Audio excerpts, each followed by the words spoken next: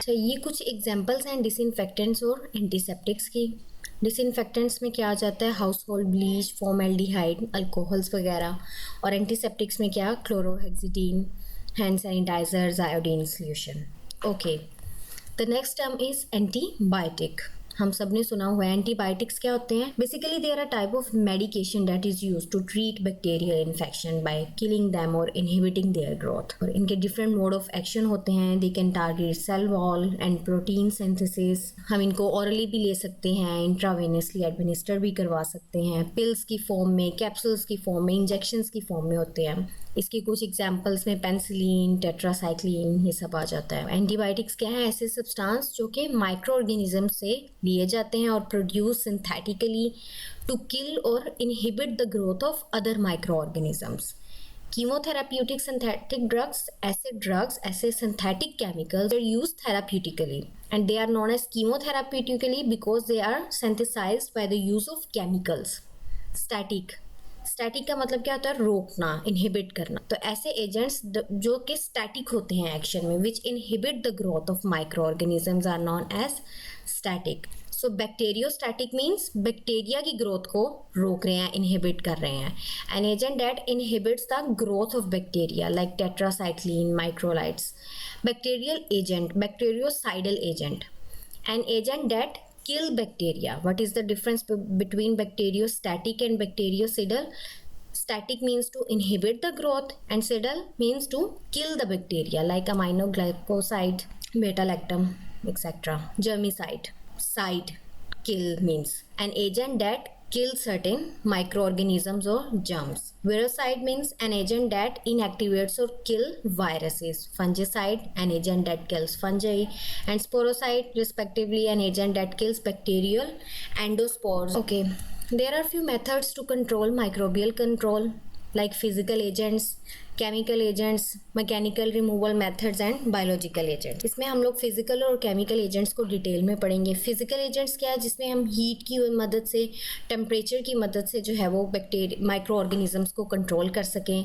Heat में dry heat and moist heat आ जाती है। मॉइस्ट हीट में ऑटोक्लेविंग, बॉइलिंग, ये आ जाता है। और उसके अलावा रेडिएशंस में ionising, non ionising radiations like x-rays, UV rays, सब ये आ जाता है। केमिकल एजेंट्स में मुख्तलिफ लिक्विड्स को, केमिकल्स को, गैसेस को यूज़ करते हुए हम करते हैं।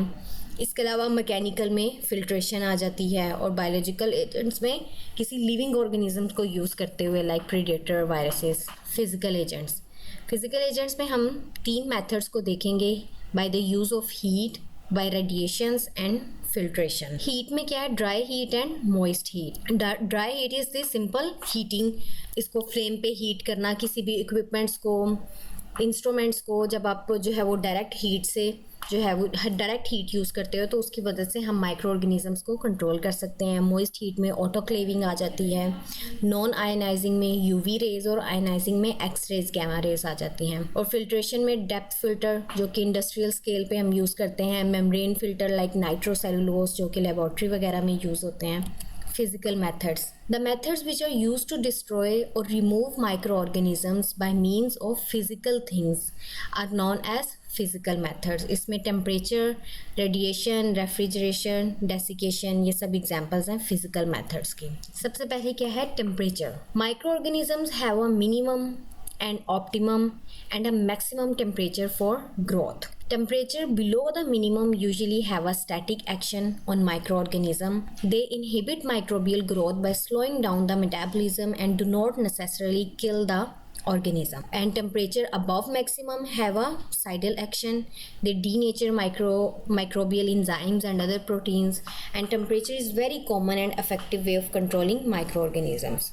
अच्छा, आपको पता है कि हर माइक्रो ऑर्गेनिज्म, ह्यूमन बॉडी भी जो है उसको एक ऑप्टिमम टेम्परेचर चाहिए अपने डिफरेंट जो है वो सेलुलर मेटाबॉलिज्म को देखने के लिए। इसी तरह माइक्रो ऑर्गेनिजम्स की बॉडी में भी एक मिनिमम, ऑप्टिमम और मैक्सिमम टेम्परेचर होता है उनकी ग्रोथ के लिए।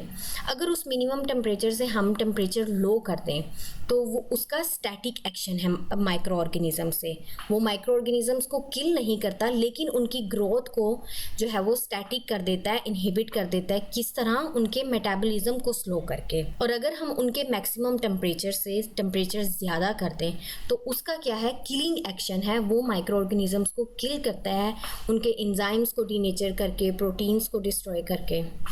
High temperature, vegetative micro organisms can generally be killed at temperature from 50 to 70 degree Celsius with moist heat. Bacterial endospores, however, are very resistant to heat and extended exposure to much higher temperature is necessary for their destruction.